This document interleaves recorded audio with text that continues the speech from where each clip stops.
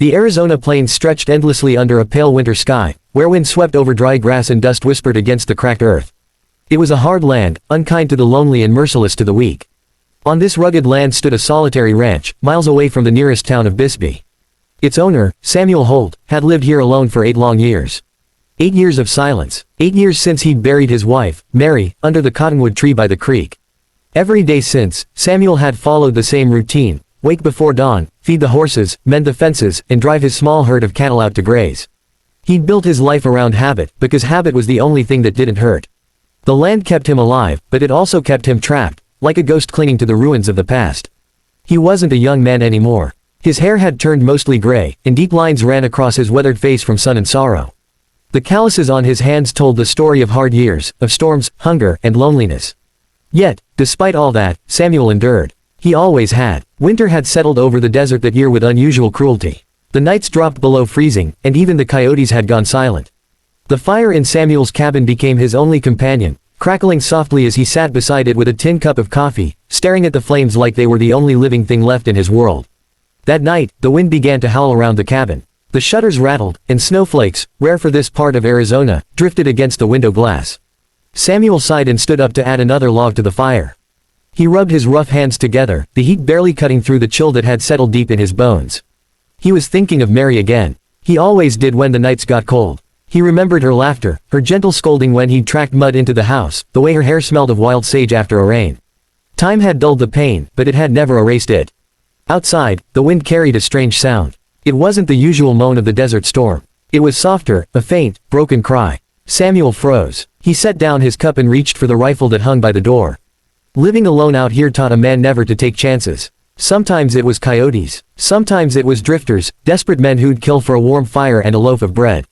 He opened the door slowly. The night hit him like a blade of ice. Snow was swirling across the yard, piling against the fence. The lantern light from the cabin spilled out just far enough to show a shape moving near the corral, small, hunched, staggering.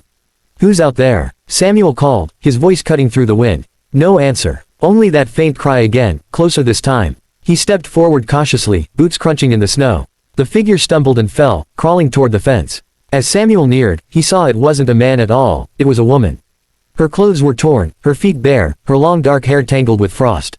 She looked up at him, her eyes wide and desperate. "Please," she whispered, her voice trembling. "Cold, help." For a moment, Samuel just stood there, staring. She was Apache, her copper skin, the beaded necklace, the fringed remnants of her dress told him as much. His first instinct was to be wary. He'd heard stories, settlers ambushed, ranches burned. Old fears ran deep in these parts. But she was half frozen, barely able to stand. And whatever danger she represented, she was no threat now. "All right," he muttered, lowering the rifle. "Come on then." He slipped an arm under her shoulders and helped her to her feet. She was light, too light, like someone who hadn't eaten properly in days. Her body shivered violently against him as he led her toward the cabin. Inside, the warmth hit them both. The firelight painted her face in flickers of golden shadow. She sank down near the hearth, wrapping her arms around herself. Samuel closed the door against the wind and set the rifle aside.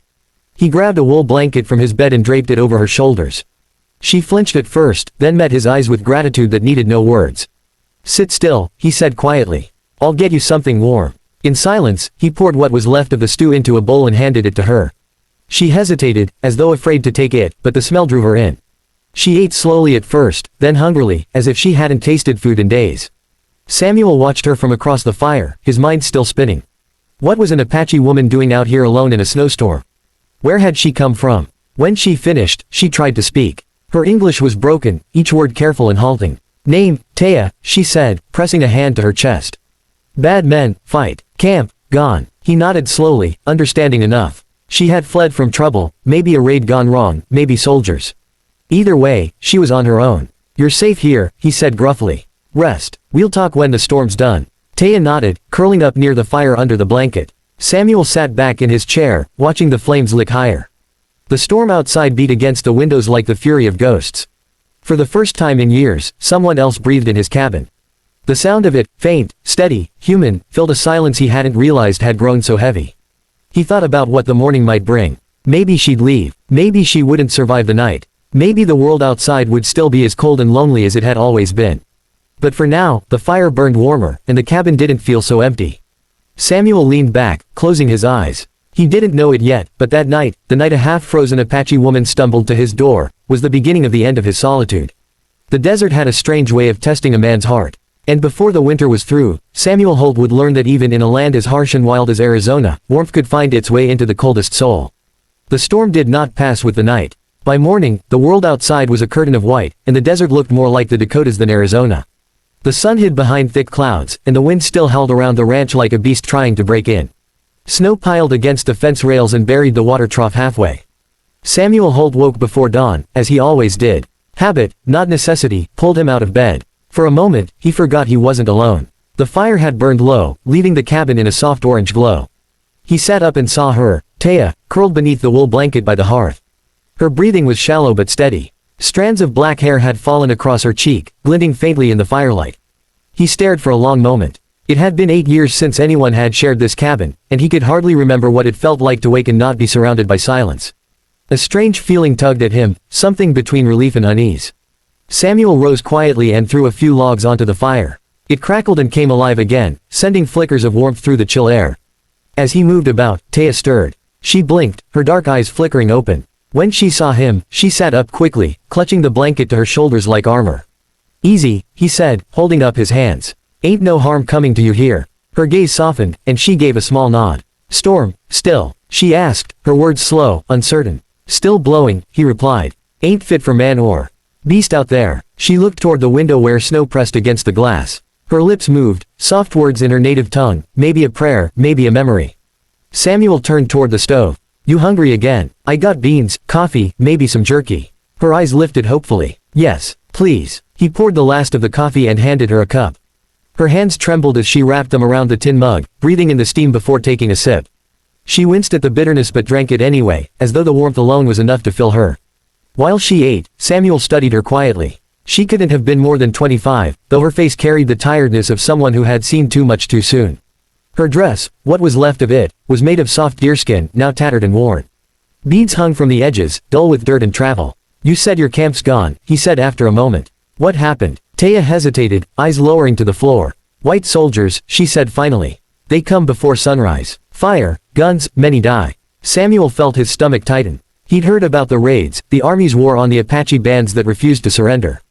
It was a bloody business on both sides. He'd tried to keep out of it, but the hatred between settlers and natives ran deep.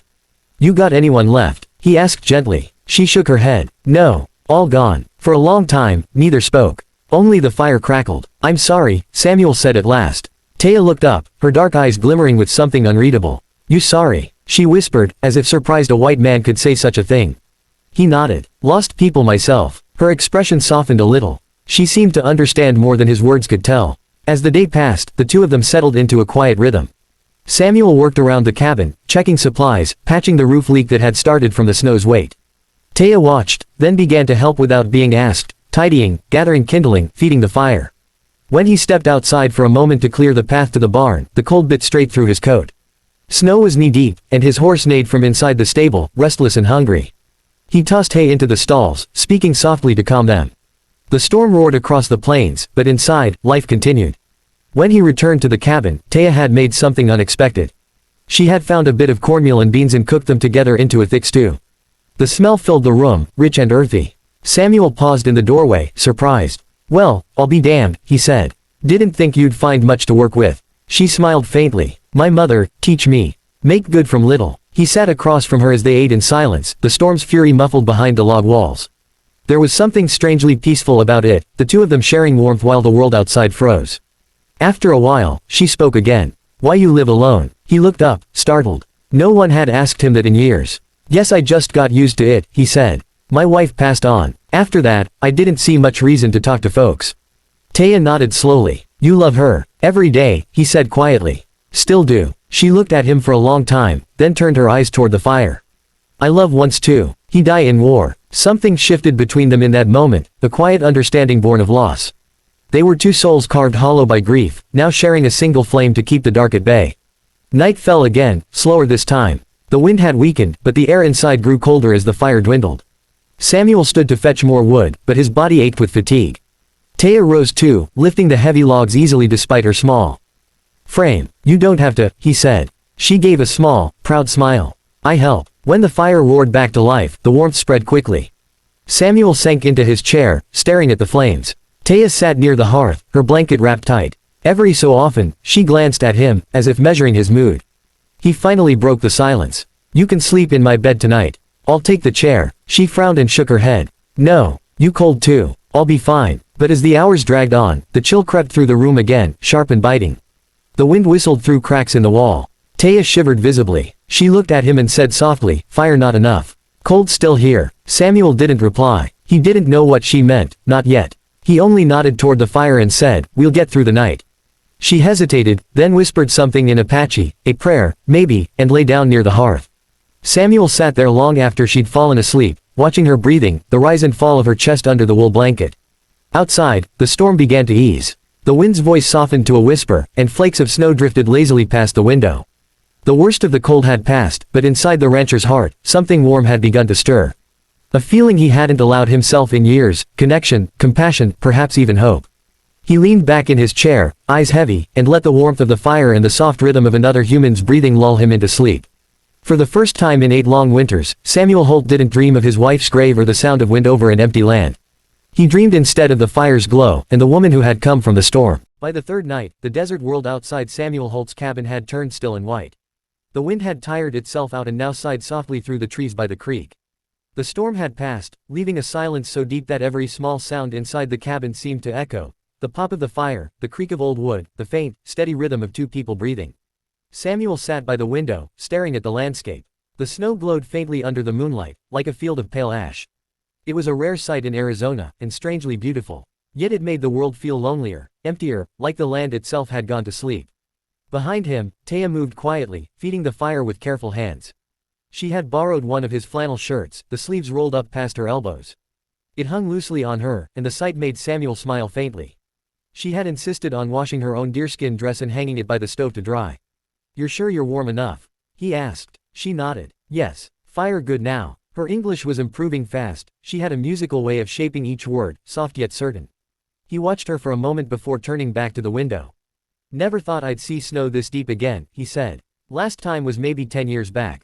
Nearly lost half my herd." She came closer, peering outside beside him. "White world," she murmured. "Quiet. Too quiet," he replied. "Out here, quiet means you start hearing your own thoughts too much."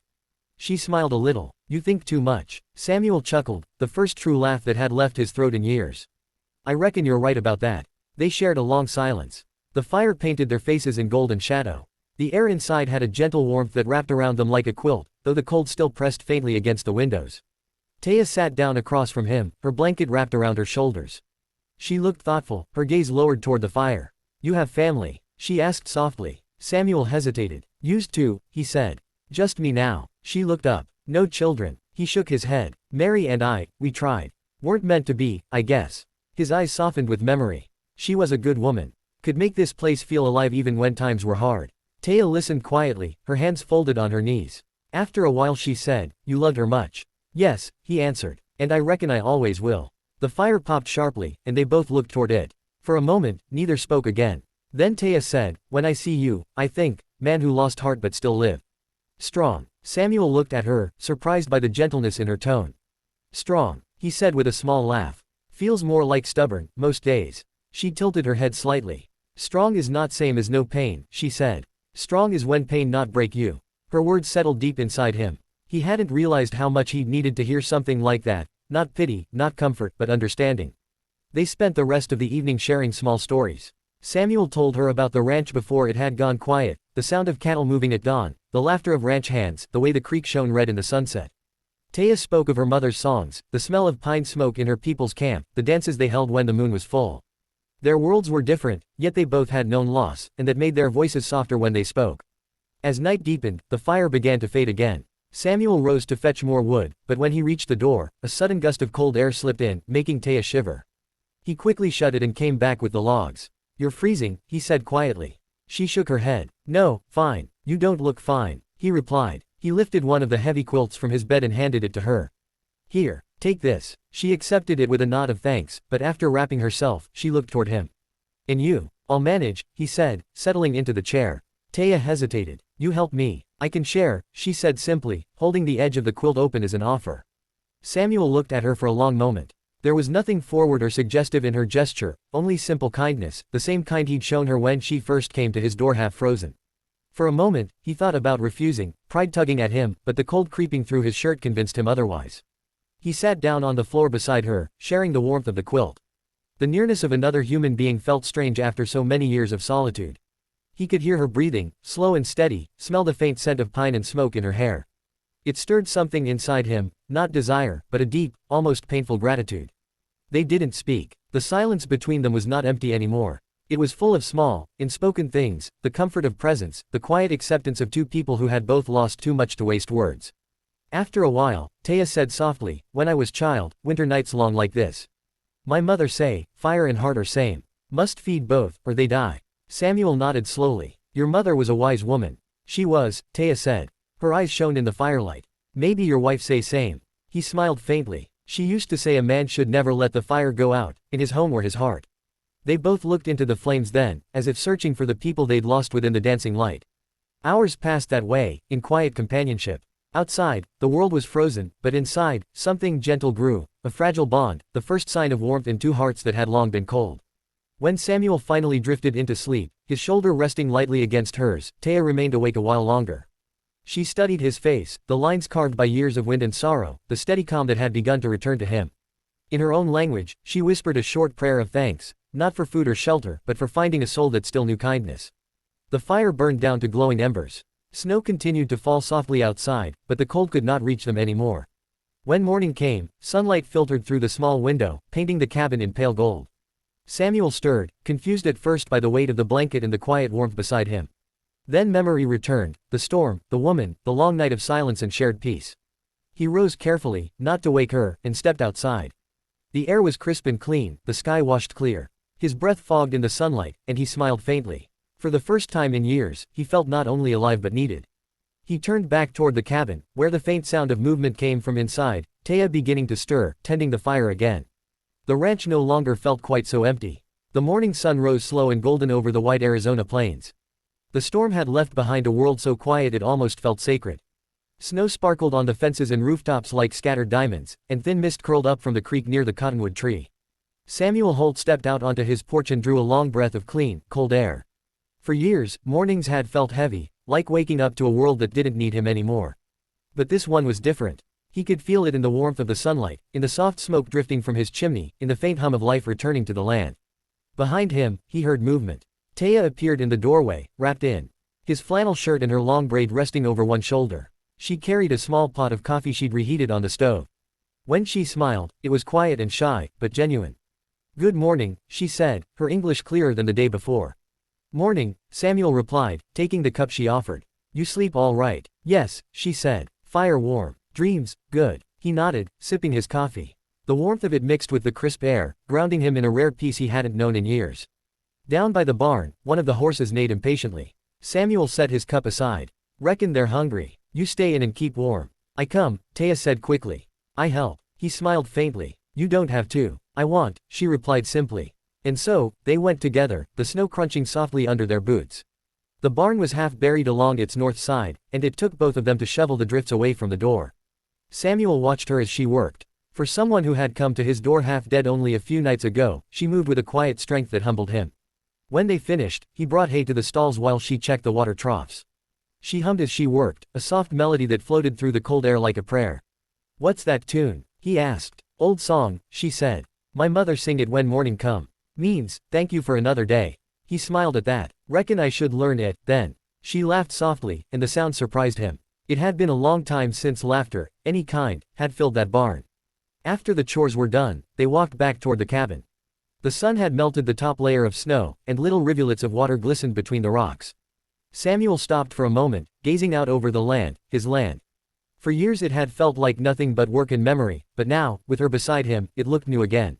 "You plan to go somewhere when the snow melts?" he asked quietly. Taya hesitated. "I do not know," she said honestly. "No tribe now. No camp. Maybe, I find new place." Samuel looked at her. "You could stay here, if you wanted." She blinked, surprised. "Here, with you." He nodded. "Plenty of work to do come spring. Could use another pair of hands. I'll make sure you're safe, fed, and treated fair." She studied his face for a long moment, as if searching for hidden meaning. Then she said softly, "You good man, Samuel Holt." But you lonely too. He smiled a little. That I am. They walked in silence for a while, the crunch of snow their only companion. When they reached the cabin, Taya turned to him and said, I stay. For now I'll do just fine, he said quietly. Days turned into weeks. The snow melted, the creek began to sing again, and the dry wind returned, sweeping over the land with familiar warmth. Taya proved to be as capable as any ranch hand Samuel had ever hired. She learned quickly how to mend fences, herd cattle, and ride. He found her out in the field one morning, coaxing a stubborn colt with a patience even he couldn't match. Seems you got away with creatures, he said with a grin. She smiled, rubbing the colt's nose. Animals listen when heart kind. Then they must hear you loud and clear, he replied. As spring deepened, the ranch began to look alive again. Wildflowers bloomed by the creek, and the cottonwood tree rustled with new leaves. Taya planted a small garden near the porch, beans, herbs, and corn, using seeds she'd found in an old box in the shed. Samuel would sometimes catch himself watching her from the porch, the sunlight in her hair, the way she moved with quiet purpose. It stirred something gentle and unfamiliar inside him, not just admiration, but peace. One evening, as they sat outside, watching the sunset paint the sky orange and violet, Samuel said quietly, It's been a long time since this place felt like home. Taya turned toward him, her expression soft. Maybe home not place. Maybe home is people. He nodded, feeling her words sink deep. Then I guess I found mine again. She smiled but said nothing, just turned her eyes back to the horizon. By the time summer rolled in, word had spread through the nearby town about the Apache woman living with the widowed rancher. Some folks whispered behind Samuel's back, others avoided his place altogether. But he didn't care. He'd spent years living by other people's silence, he wasn't about to let their noise disturb his peace now. One afternoon, he rode into town for supplies. The general store went quiet when he walked in. A group of men by the counter exchanged looks. Finally, one spoke. Didn't figure you for the kind to take in one of them, Holt. Samuel didn't even look at him. Didn't figure it was your business, either, he said calmly, picking up a sack of flour. The man scowled but said nothing more. Samuel paid for his goods and left. As he rode back, he thought of Taya waiting at the ranch, tending the fire, maybe singing that morning song again. When he reached home, she met him halfway down the path, waving as she ran. You come back, she said with a smile. Always, he replied. That night, they sat by the fire again, just as they had on the night she first arrived. The same warmth filled the cabin, but this time it wasn't born of survival, it was born of belonging. Taya looked into the flames and said softly, Storm took everything from me. But storm also bring me here. Samuel nodded. Sometimes that's how life works. Hard winds bring the best things, if we can just hold on long enough. She turned toward him. You hold on long time. He smiled. Reckon I was waiting for a reason to stop drifting. Maybe you're it. Her eyes shimmered in the firelight, but she didn't reply. She didn't need to. Outside, the night was calm. The ranch lay under a soft blanket of starlight, and the wind whispered through the cottonwood leaves. Inside, two souls, once broken and lost, had found a small, stubborn peace. The fire crackled gently. Samuel leaned back in his chair, and Taya hummed her mother's song, the one that thanked the dawn for another day. For the first time in 8 long years, Samuel Holt felt whole again. Not because the pain was gone, but because he had someone beside him who understood it, and shared it. The desert, once a place of emptiness, now held warmth, laughter, and quiet hope. And as the stars turned above the white Arizona sky, the lonely rancher and the wandering woman both knew that they had come through the storm, and found home.